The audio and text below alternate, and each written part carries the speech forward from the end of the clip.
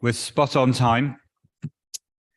Welcome to this wonderful St Andrew's Church. I believe it has been where we've had AGMs in the past, but thank you very much to all of the church community here for welcoming us.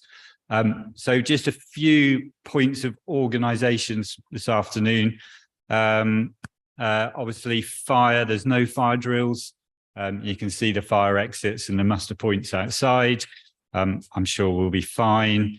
And today is a first because not only are we here in person, but we've also got a Zoom section that's online meeting for some of our trustees, as well as streaming onto YouTube live. So if anyone's not keen on being on YouTube, I suggest you carry on facing this way and don't turn around, because the camera over there with Ellie is streaming us live onto YouTube. And I've got the technology running here, and hopefully the screen is working fantastic. So as a start, I'd just like to introduce myself. My name is Mark Street. I'm the chair of trustees, and in absence of a president for the trust, I'll be leading us through the AGM today. We also have some fellow trustees with us, including a couple of prospective new ones, so let's be gentle, and we'll come to that a bit later. Trustees are all volunteers. We all have our unique skills and experience to support the trust, and I'm really pleased we've got a really good group. I'd also like to thank the staff and the team that have made today possible. Tom, Lou, Ellie, James, and Ian, our technical wizard. And I don't want to tempt fate too much, but just let's give them a round of applause now, because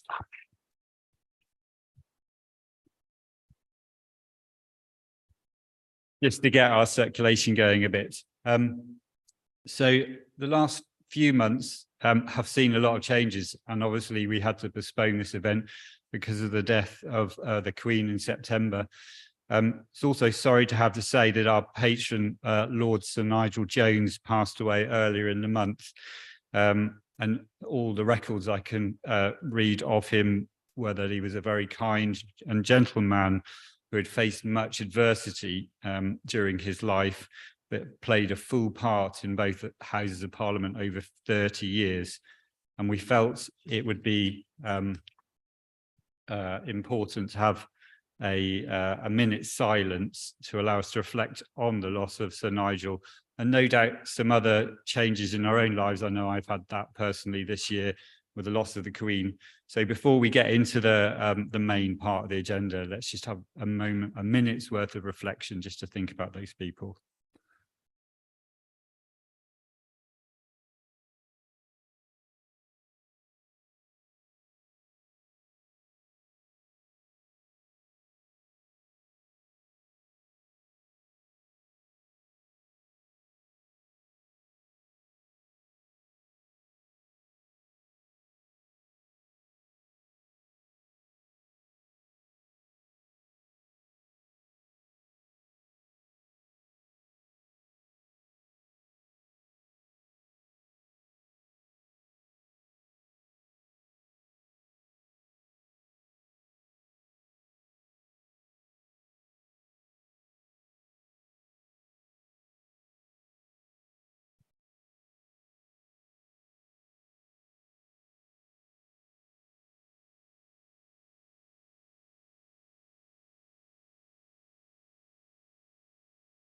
That's wonderful. Thank you, everyone. It's really good to start with a moment of silence and reflection, and I'm sure YouTube will appreciate that as everyone watches on.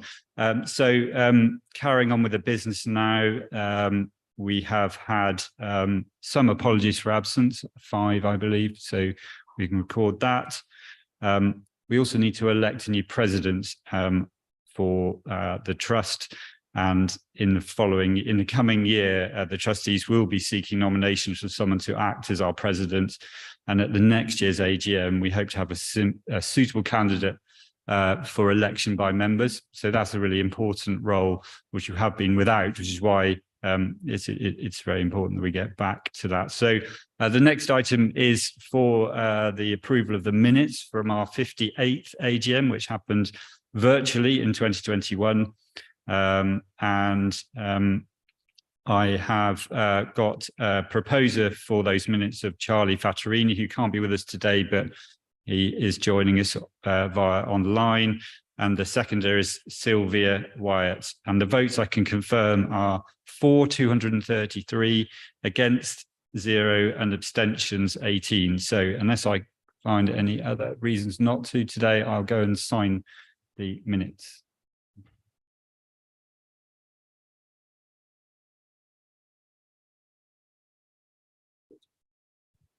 Excellent. There are no matters arising, so we can go straight into the presentation of the accounts and the activities of the trust over the last 12 months ending March 2022. So it's been another fantastic year, is all I can say. In summary, the previous year we had income of over £5 million.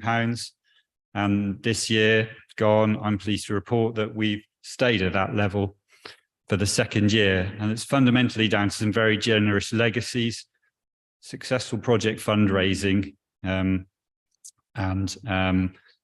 lots of activity from our members and supporters, and the fact that we have a very strong business that's running. Our income has increased by 1/3 since March 2019. So you can just see that growth basically at scale. If you have difficulty in reading those figures, there's some copies of the annual review on the table at the back. And there's also copies of the main audited accounts as well. So for detailed people, you're very welcome to take a copy of that with you. Expenditure. So for those who remember the figure before, you can see that our expenditure was less than our income, which was great, and it gave us a surplus for the second year in a row.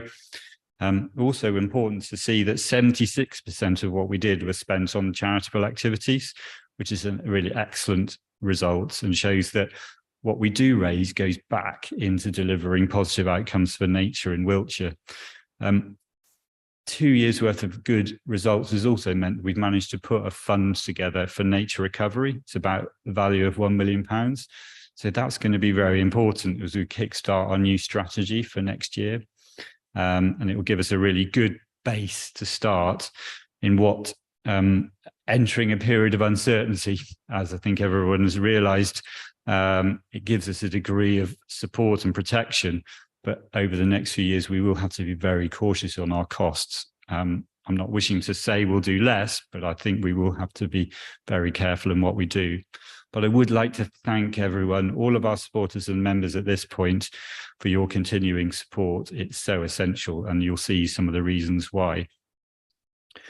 So here's our balance sheet. Again, you can see a positive increase, the growth of our asset base.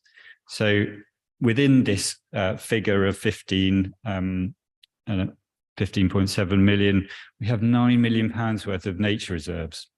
So we're in our 60th anniversary year. So we've created this base of nature reserves. Sure, they have a monetary value, but they have a value much greater than that to society and the communities that we represent. So I think that's amazing. You know, project forward another 60 years and you think about what that means in terms of land and area and the nature and what's protected. And some of these reserves are so unique, especially in the Wiltshire context. Chalk Downland is our speciality. Historic hay meadows at Lower Moor, Clattinger, that's sort of like an irreplaceable habitat. And so this year we've seen the addition of bay meadows up at Marlborough, and Little Barn, which is a small residential unit next to our existing holding at Mill Farm, next to the care farm. So we've been investing wisely, I think I'd say. Right. So just going on to our 60th anniversary, we're very fortunate. Lord Jones helped to organise an event up in the Houses of Parliament in May. This was our birthday party, and a number of our current supporters were there at the Houses of Parliament, and the day was excellent. We were very lucky as well to have a number of our young ambassadors there, at the event, and they could really get the feel of what the Wildlife Trust was about, but also really importantly, meet some of the Wildlife Trust at a national level. Craig Bennett, the chief exec, who's in that picture, and the local MPs, the Wiltshire MPs. So actually it was really good to see that sort of cross-generational representation there, because I'm absolutely sure that the future of organisations like us rests in the hands of these people. And it's very positive that we can have those with us at really important times. And that brings me on to really the theme of what I'm talking about today, which is hope. Because if you carry that hope with you that you can do more, it's very empowering. And I think that's the golden thread of what runs through what the Wildlife Trust do, is it's giving hope both to people, but also hope to nature, speaking up for nature, because it doesn't have a voice in its own right. So that's so critical. So, and hope, when you add will to hope, you get activity. And that's what I'm going to now talk about.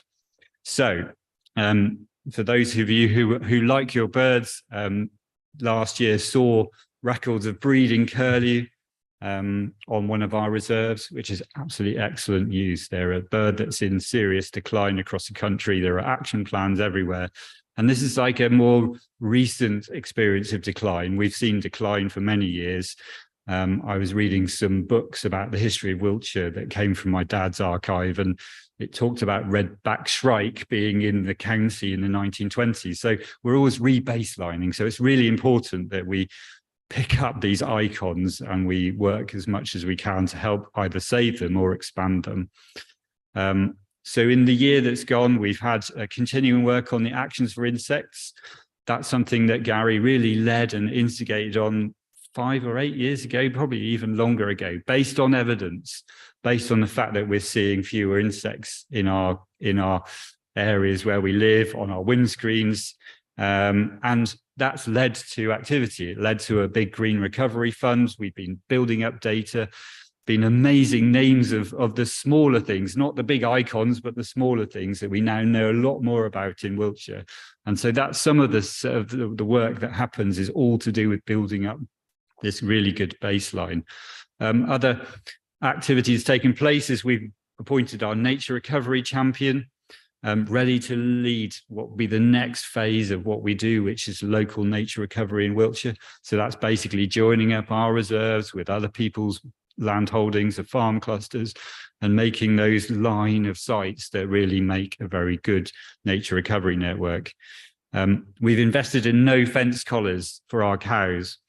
They're a form of mobile electric fence, and they're very, very effective at making sure the cows are grazing the right places at the right time.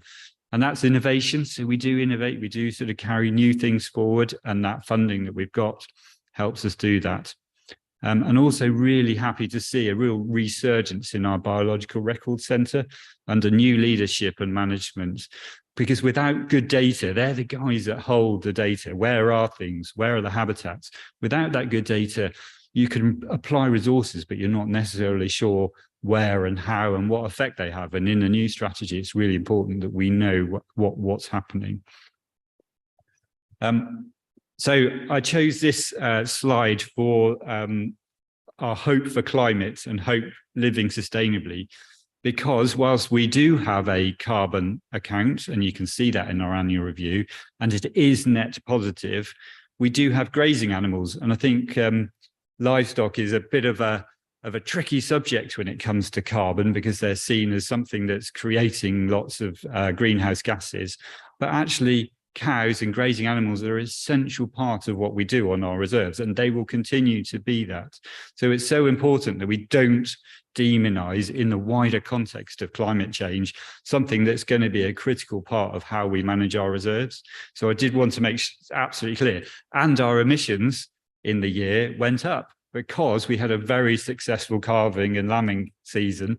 So we've got more animals. So sometimes you get sort of odd results showing up in carbon accounts, but I'm very pleased to say that it's a net positive.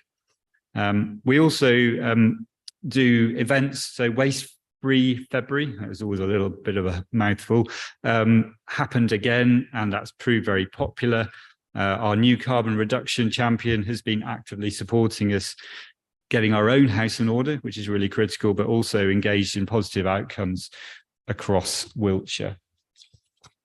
A lot of what you have heard, if you've been to these events before, is our work with young people.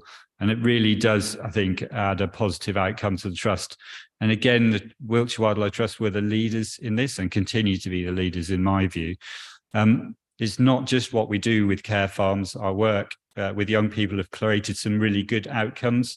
The Wild Paths project has taken 94% of 88 participants into work. That's a really good outcome rate. The care farms work with 164 kids, young adults and young people and adults. And a highlight is now that we have a former student who is one of our 34 staff. So we have a big staff group now. I think it's about 100 or so, isn't it, on the charity. So the charity actually does provide really great employment as well as these outcomes. And these projects really do change lives. A lot of our work is out in communities, supporting those in need. And we have a long history, again, of working with vulnerable communities across Wiltshire, bringing nature to them whenever possible, or the other way around. So I think sometimes you've got to get out into places as much as bringing people out to see you. And so this here is an example of one of the projects that we've got, which is the unaccompanied asylum seeking children. So again, the activity through here is being out in nature, not necessarily knowing the detail of nature. And I know football's been very popular, and no doubt at the moment everyone's glued in watching their various countries going through World Cup. We also have our U team, the about lifelong learning, building bridges, and adult wellbeing and milestones, which create a series of really positive outcomes, building confidence, which is like so important, creating knowledge, creating a love of knowledge, and most importantly, creating a warm welcome. And I think that's the point. With all of these, people want to feel like they're part of something. So the communities, our physical communities, as much as the people who live in them. I must mention the Swindon Forest Meadows project. It's the highlight of my Facebook account. I love seeing what happens within our work up there. You know, Swindon's growing at a pace, but there's some amazing wildlife in and around Swindon, and some of it is, it's actually nationally important, which is surprising, isn't it? But so the work that Neil's been doing up there is fantastic, and the way that we've engaged with communities. The work of the water team is something that you would have heard before. We have 60 new water guardians. And also, I'm really pleased to see our new water project in Southwick Country Park in Trowbridge. We do things on the ground, we restore streams, we work in partnership, and you can really see the results because, again, our chalk streams are some of those that are really critical nature assets that we have in the county. I'm also pleased to say, because we were going to do a Country Comes to Town, an AGM in September, and I'm really pleased to say, so this is a note for your diaries, we've secured the same site again in Trowbridge on the 20th of May next year to do a Country Comes to Town. So I'm really pleased. We will obviously be communicating out with everyone, and that will not just showcase what the trust does, but hopefully in a wider sort of food and farming theme as well. So really pleased about that. There have been reasons to celebrate this year, not least the activities that we have. Hopefully you've all had a chance to visit our cafes, the Kingfisher and Dragonfly cafes. Please pass on the words. You're our advocates. Go back out and say, you must come and have a look at these cafes. Not only are they great places to meet and have some delicious food, but more importantly, our resident otters like to watch the visitors. So we need to keep them entertained. And we're also really pleased to have opened up our new cafe extension at Kingfisher Cafe. And I was really fortunate to see a white-tailed eagle flying over the reserve a few months ago.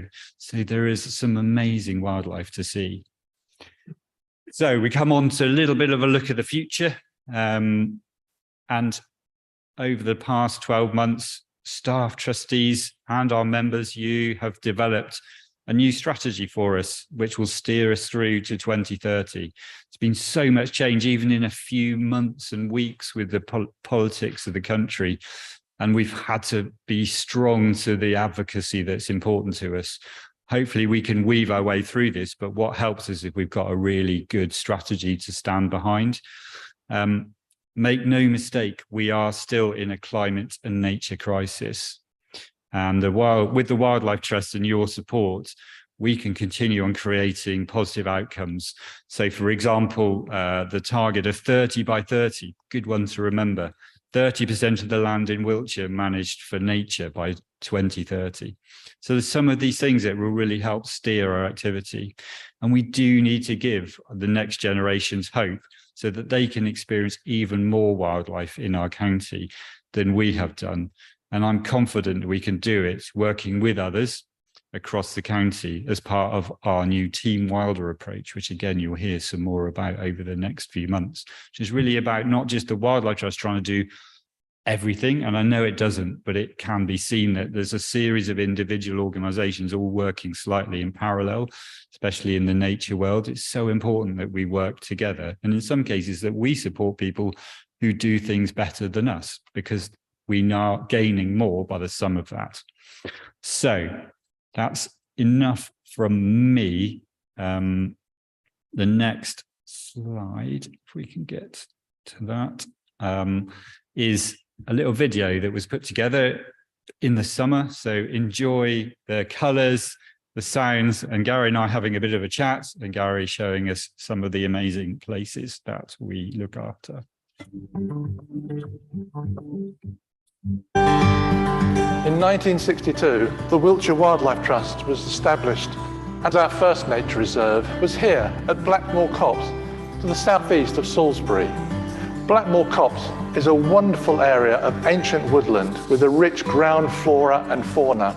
It's home to two rare species of butterfly, the pearl-bordered fritillary and the purple emperor. And actually, it was the protection of those butterflies that was at the heart of the very first nature reserve and the starting up of the Wiltshire Wildlife Trust. Just lovely. Long-tailed tit there.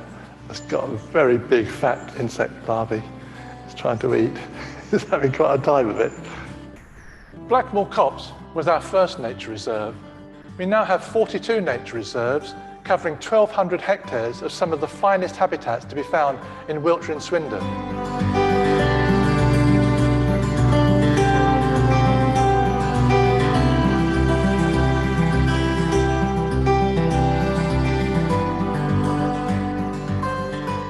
At Langford Lakes Nature Reserve, we've got a cafe, an art gallery, and a big meeting room. It's a great place to draw people in and share with them something about the wonderful nature they can see on their doorstep. It's also a good place to meet people, like our chairman, Mark Street. Mark, it's fantastic to be sat here talking about 60 years of Wiltshire Wildlife Trust. I think it's extraordinary how the Trust has adapted and changed, reflecting the needs of society. I think the foresight of those people, because it's as relevant now as it ever was 60 years ago, and we benefit from what those people helped to set up, even though it's changed over time. We sort of adapted to what modern society needs.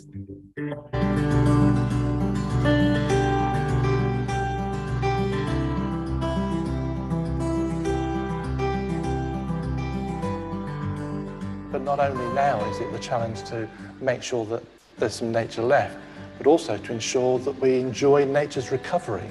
And that's the challenge going forward, isn't it? Totally. And in the last 12 months, we've been very lucky to have 2 Green Recovery Challenge funds. We've managed to buy our first reserve in Marlborough at Bay Meadows, which is great news, on the river up there. It just shows you that we can carry on delivering, and even delivering where people might not expect. So with the care farms and the education work, we're really sort of extending out into communities in a different way. And even this wonderful new Brockband Centre with the Kingfisher Cafe, what a fantastic place for anyone to come and enjoy the wildlife that's on offer.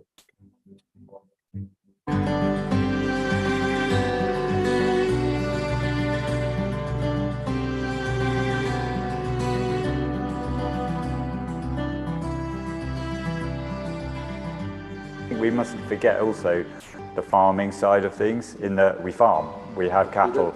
So hopefully we can demonstrate how farming and nature can work together, and that gives me hope as well. We see some brilliant examples of where people are changing the way they're managing their land to try to help regenerate the land and bring back nature, and I think that's fantastic. And I love the way Langford is a source of breeding lapwings. You remember the large flocks of lapwings that we don't see anymore, but now, thanks to places like Langford and the farmers around, that they get a chance to spread again.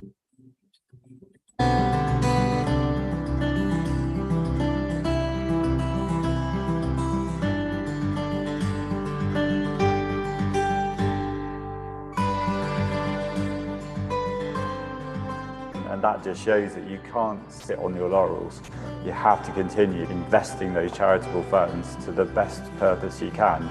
We're really lucky to have some good long-term supporters, aren't we? It's been fantastic, the support we've had, I mean, from volunteers and our members who've been amazing, you know, all the way through COVID, but through to our funders who've recognised our vision, our passion, our determination to actually make things better for wildlife and for people, and to create this much more sustainable society. And that's what all of us have to be working towards.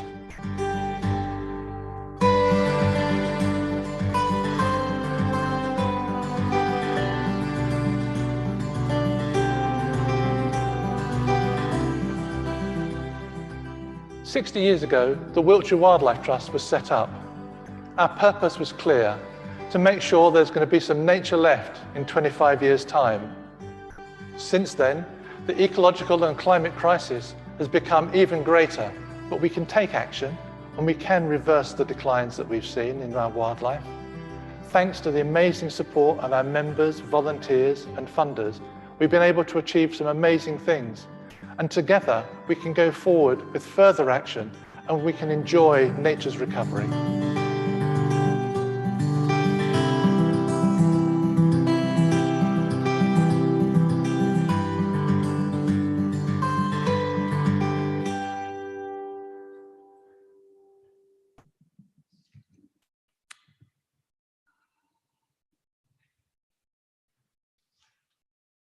So a little round of applause to everyone who put that together.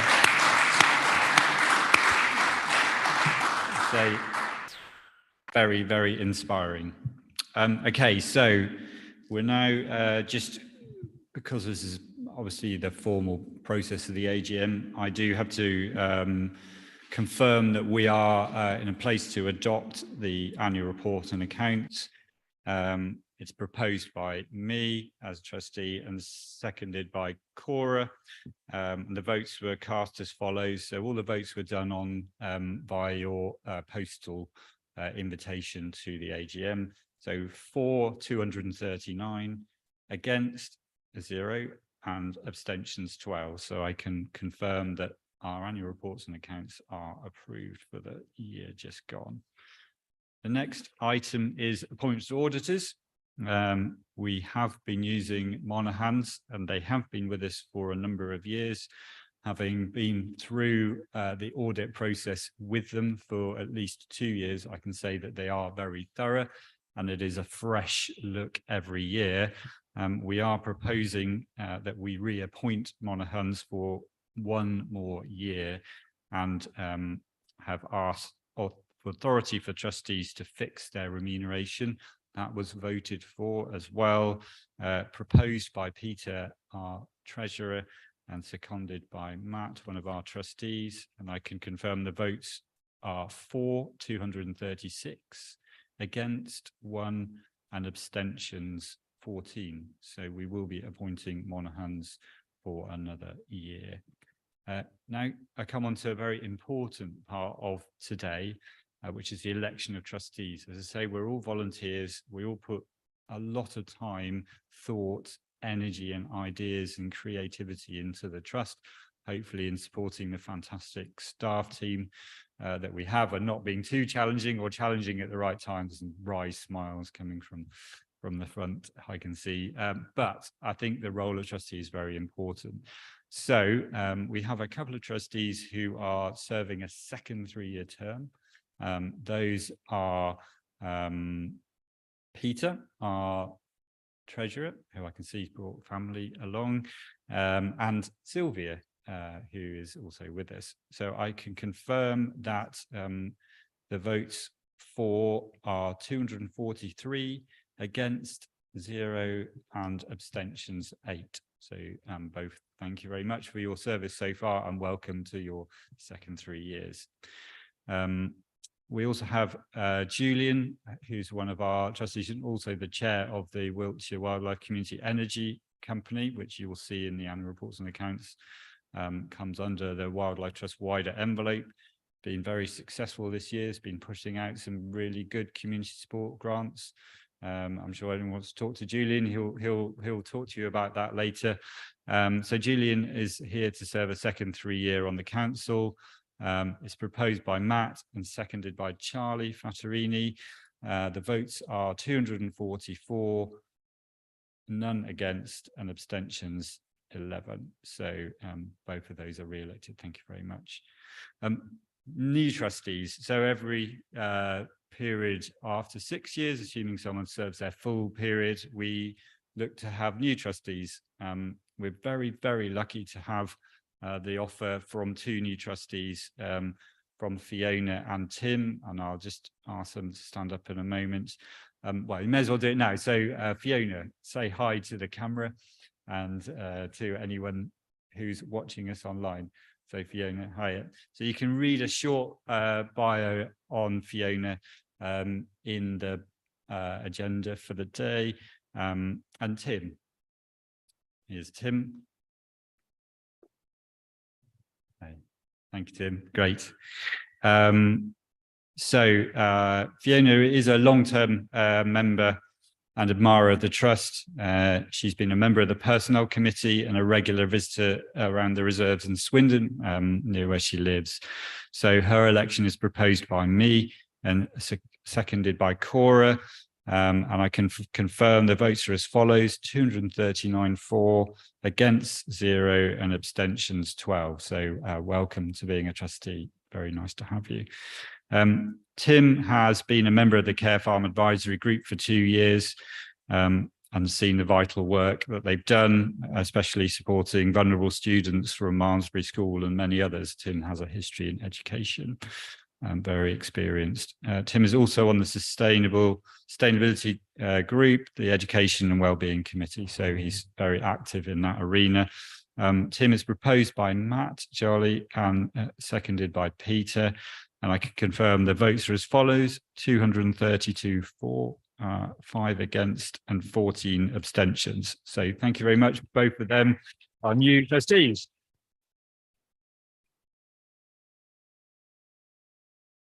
So I can go on now to any other business. And for this, we asked people to submit questions as part of the packs that were sent out. So we're now going to answer those questions. There will be a chance at the end for people in the room to ask further questions as well. So don't worry, some other time will be given. So let's start with the questions. So Sam's going to first deal with some subject matter, which is dogs, advice on wildlife, the loss of wildlife habitats due to housing developments, and verges. Thank you, Sam. Thank you, Mark. Hi, everyone. Yeah, so first of all, dogs. I have 3 dogs of my own, and I know how wonderful they can be in our lives, but also they're probably, well, easily the most common topic I get questions, comments, and complaints from throughout the year. So I'm going to spend a little bit of time answering this question. I think the most obvious issue around dogs on our sites, I think most people know about, is chasing and killing livestock and wildlife. And we've had that happen on our sites. And that's quite a punchy message to get across. But there's others that is less easy to get across to people. So, of course, the continual disturbance of wildlife that they cause, dog fouling and the issues with that, the unpleasantness for our visitors and education and volunteer groups, and spreading disease through that, but also other things like the introduction of pesticides into watercourses and flea treatments, and just we've also had complaints about volunteers and visitors being harassed by dogs on our sites. It's not an easy problem to solve. We do have some sites where we don't allow dogs, and actually that's really well respected. So Langford Lakes and Lermore Farm, that's well respected, but we can't ban all dogs from our sites.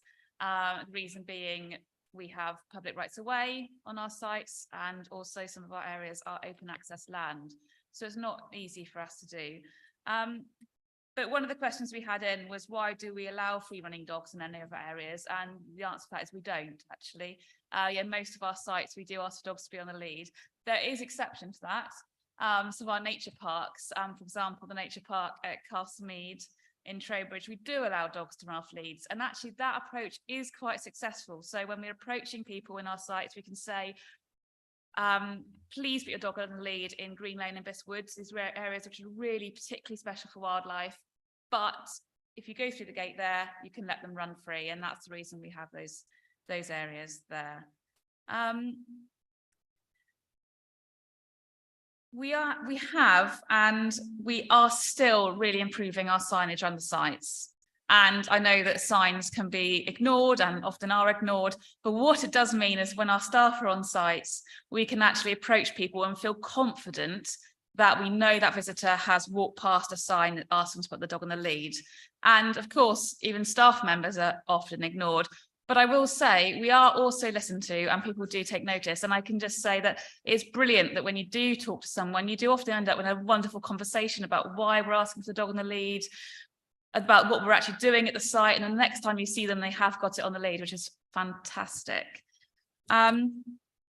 We are not going to ask visitors or volunteers to approach people with dogs off leads to ask them to put them on. You know, we can't ask that. It's not always a pleasant conversation. But what I think we could say is that if you do pass someone on our sites that they do have their dog on a lead, you know, as part of the sort of, hello, how are you? Lovely weather today. No, do say, oh, thank you for putting your dog on the lead. Oh, it's great to see. Isn't this a wonderful place? And that's what we try to do. It's about pushing that positive message out there. We're doing that, talking to people on our sites and to all our comms and continual messaging. So I think really that's the answer to that question, really. And we'll just continue trying. It's a challenging topic. Thank you, Sam. Thanks, Mark. Next, oh, sorry. Just one thing you said about the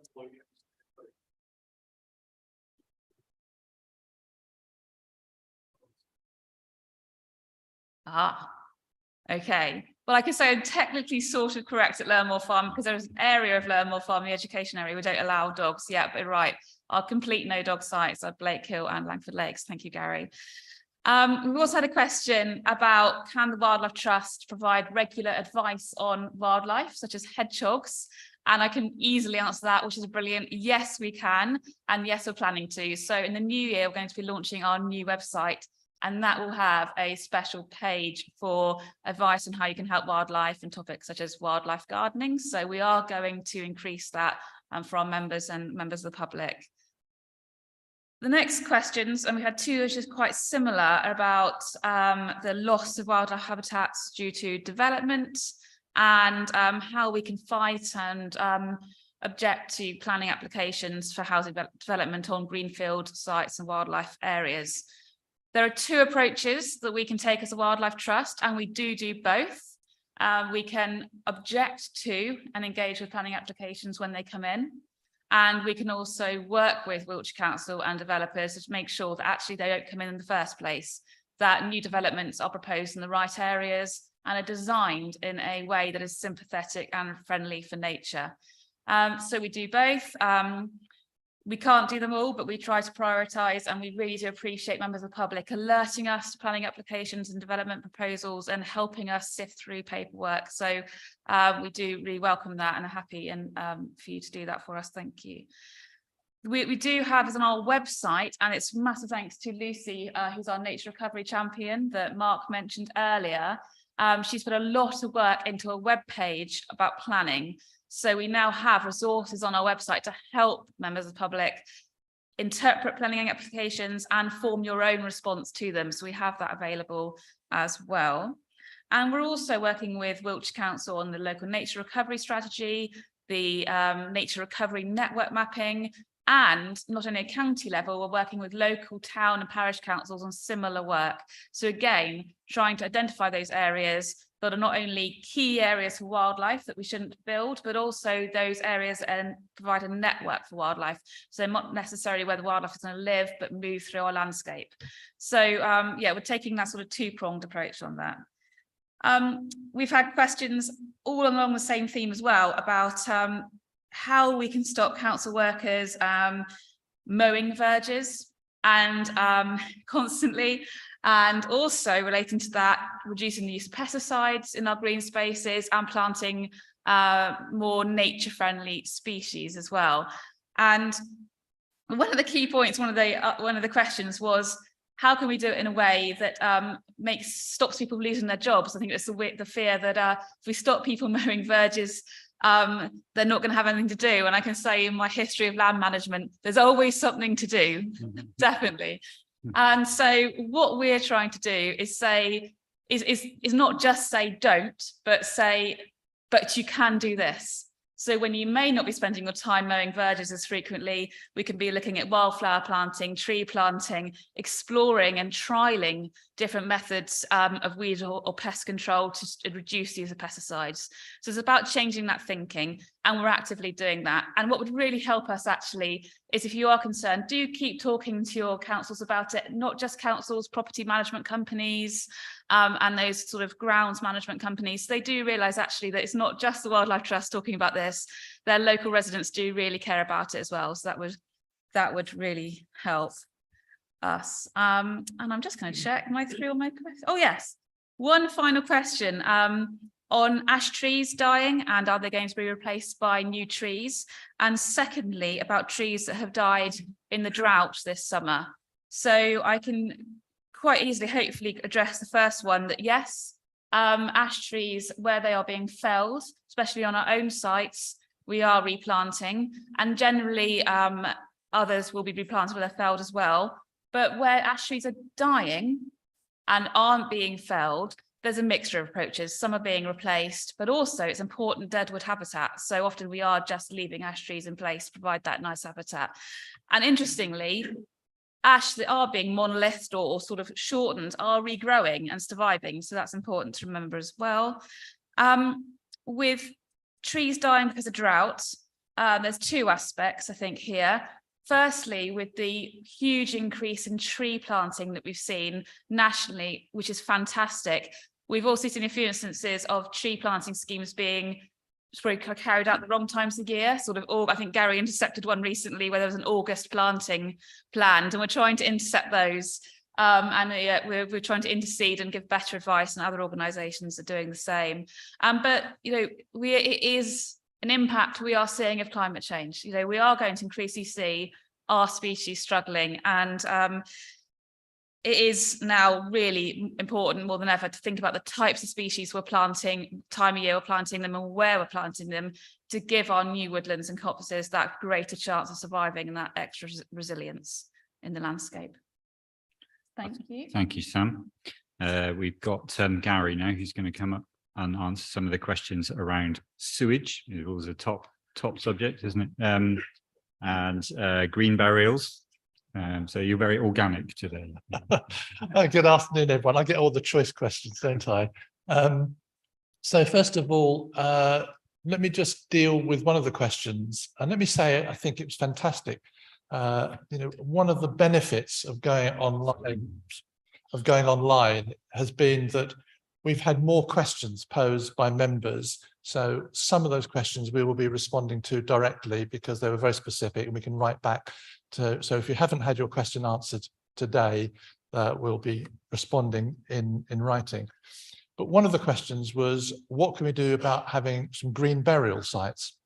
And would the trust encourage green burials? Could we have one run by the trust? And the answer is, we would love to find a location where we can have green burial. Our members have said how much they would appreciate it. We thought we might have been able to do something at Morningside Farm, but in the end it proved unsuitable as a site to do it. So we are looking for sites. If anywhere does occur, then we will welcome it. Trustees have discussed this in the past. We have a strategy, we have policy about what we would like to do, how we would manage it and so on. But it's a great alternative to the municipal approach. And so it would be brilliant if we could do that. So rest assured, if I can use that phrase, we would love to be able to provide a sort of more nature-based arrangement for people. And we know that many of our members would really welcome that. The other question that I was asked to respond to, which I think reflects a general concern that the public have had, is about the problems with our rivers and the sewage going into our rivers. And the question was being asked, what can the Trust do about it? And what are we doing about tackling Wessex Water in particular to address sewage effluent going into rivers? And I think we all recognise the scale of the problem, and we are all, I think, concerned. And this year it has risen to the top of many agendas and many political agendas, because the scale of the pollution taking place has reached a level that no one could possibly have imagined 5-10 years ago. We were all thinking our rivers were getting better.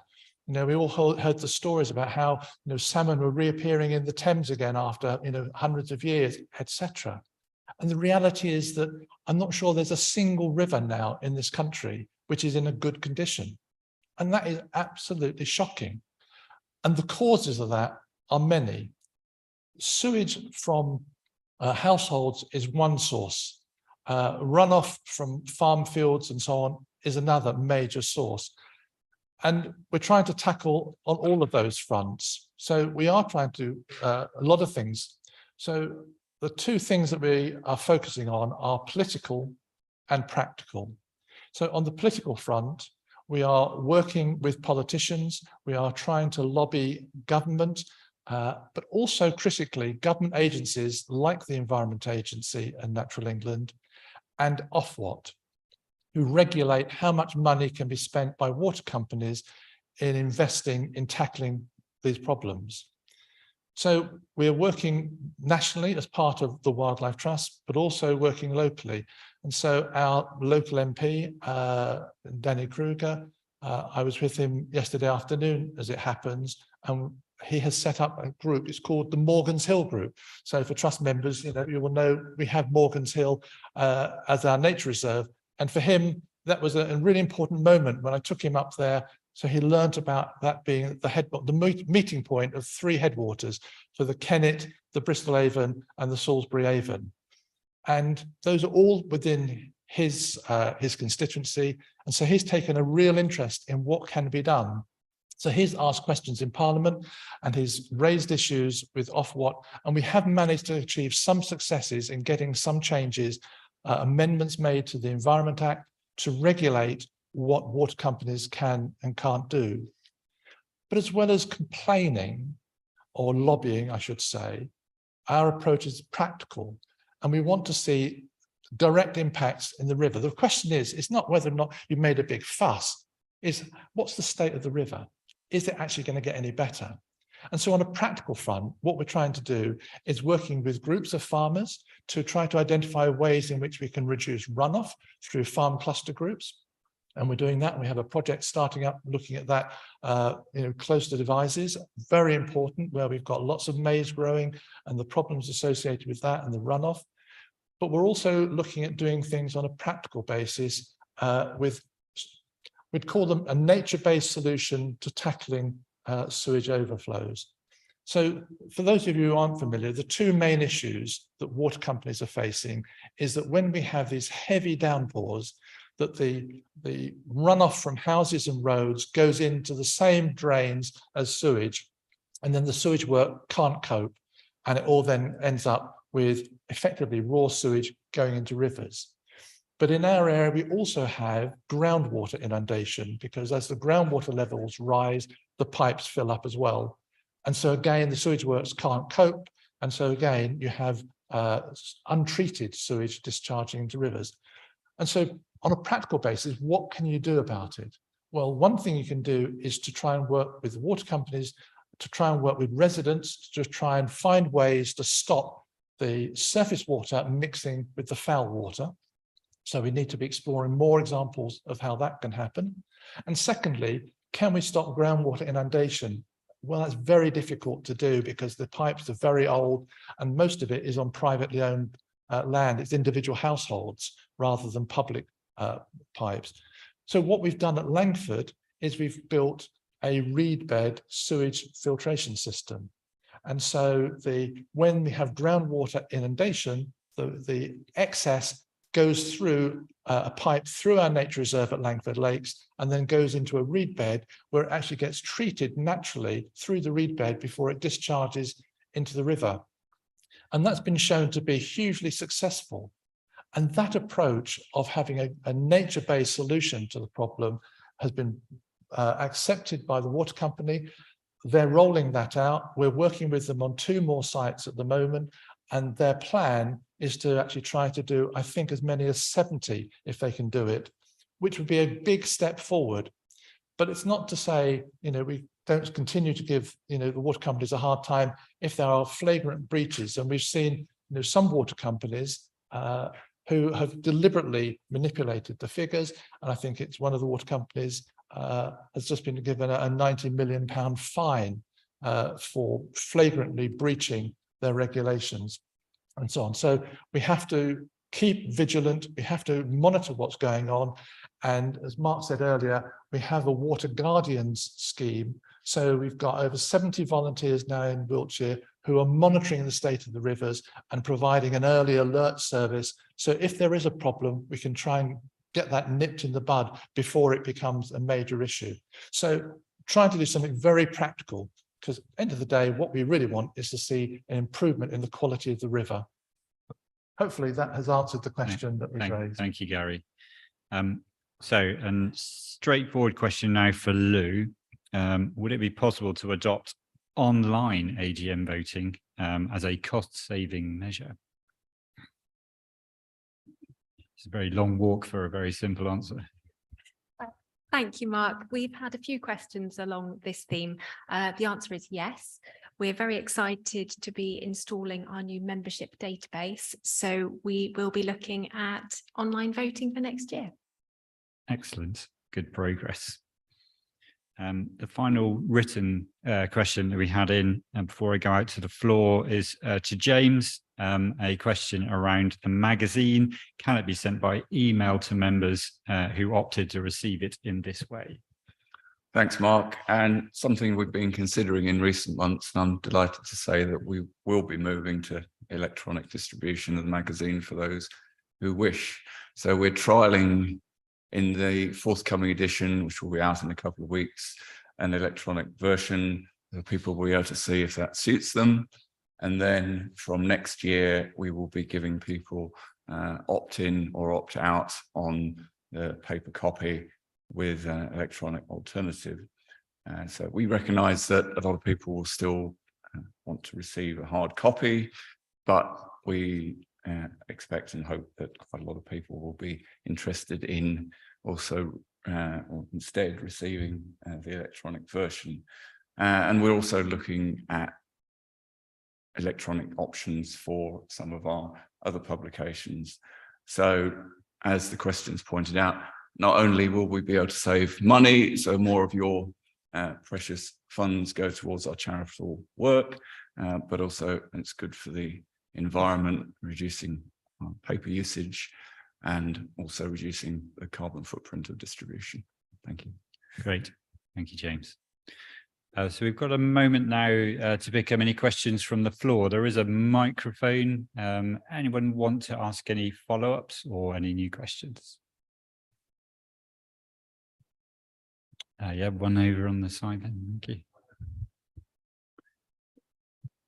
I will maybe nominate someone to answer your question. So.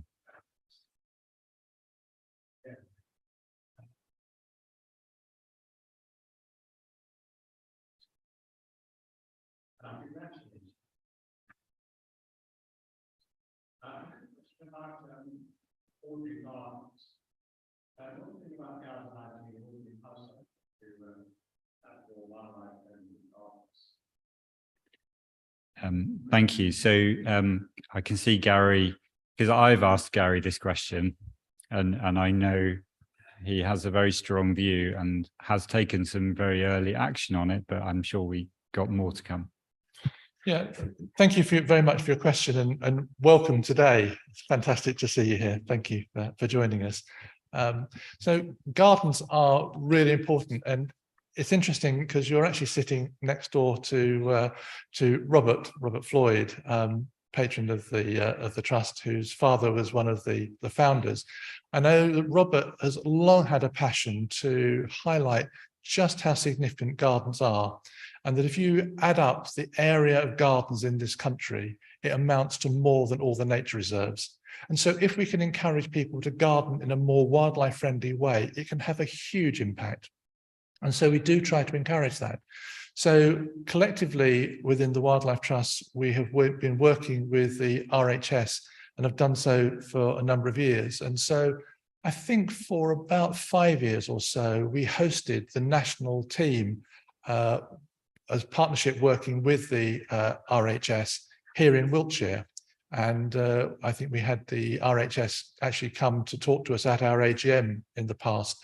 I see Robert nodding there for those who are on the camera, so won't be able to see Robert's nods. So it remains a really important element for the Trust to encourage this kind of wildlife gardening. And we do try to have things in our magazines and try to work through our local supporter groups and continue to provide information and encouragement for people. Part of it is about changing practices like going peat-free. Part of it is about composting, and we link that into sort of waste-free. We provided compost bins, we provided green Joannas so that people have been able to put food waste and rot those down in their gardens as well.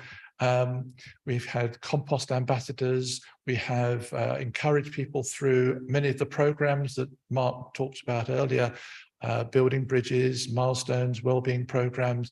We've got groups currently working in the allotments. We have an allotments here in Devizes. We've encouraged the allotment group working still in Swindon. Trying to think whether there's any other allotment groups we've got running at the moment. I think that's possibly it. So we are very keen on supporting it and recognise the very significant role.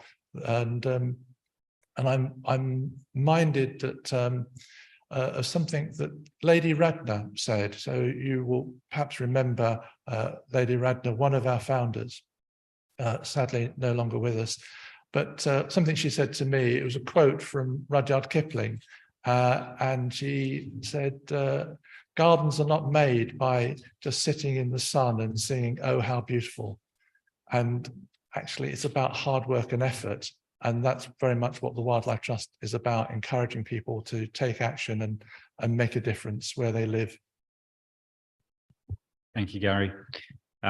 And having been an exponent of No Mow May through to October for the last 2 years, I can say it is absolutely amazing, even in what was a previously green and bright lawn, what you see. And in doing that, the people then follow. So it's really interesting. It's about taking a first step, and our neighbours are now doing it. And you know, the pressure on the other neighbours going to grow, I know that. So it's about making a start, and that's my point about hope and will. You bring those two together, you know, you show what can be done and you give it a will and you give people that chance. So it's a really great question. Thank you. Hopefully that answers your question. Good. Any other questions from the floor?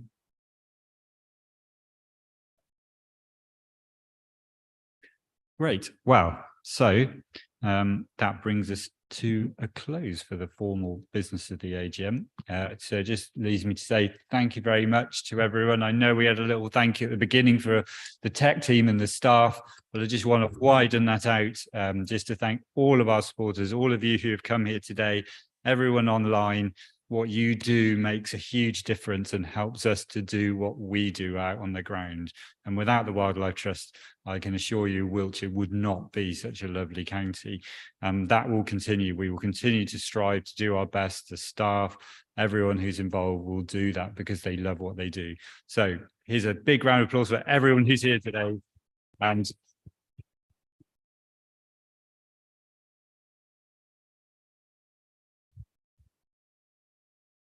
I hope you have a wonderful rest of your Saturday on the build up to Christmas. I think Devizes had its light switched on yesterday, so there's lots going on. Something at Langford Lakes today.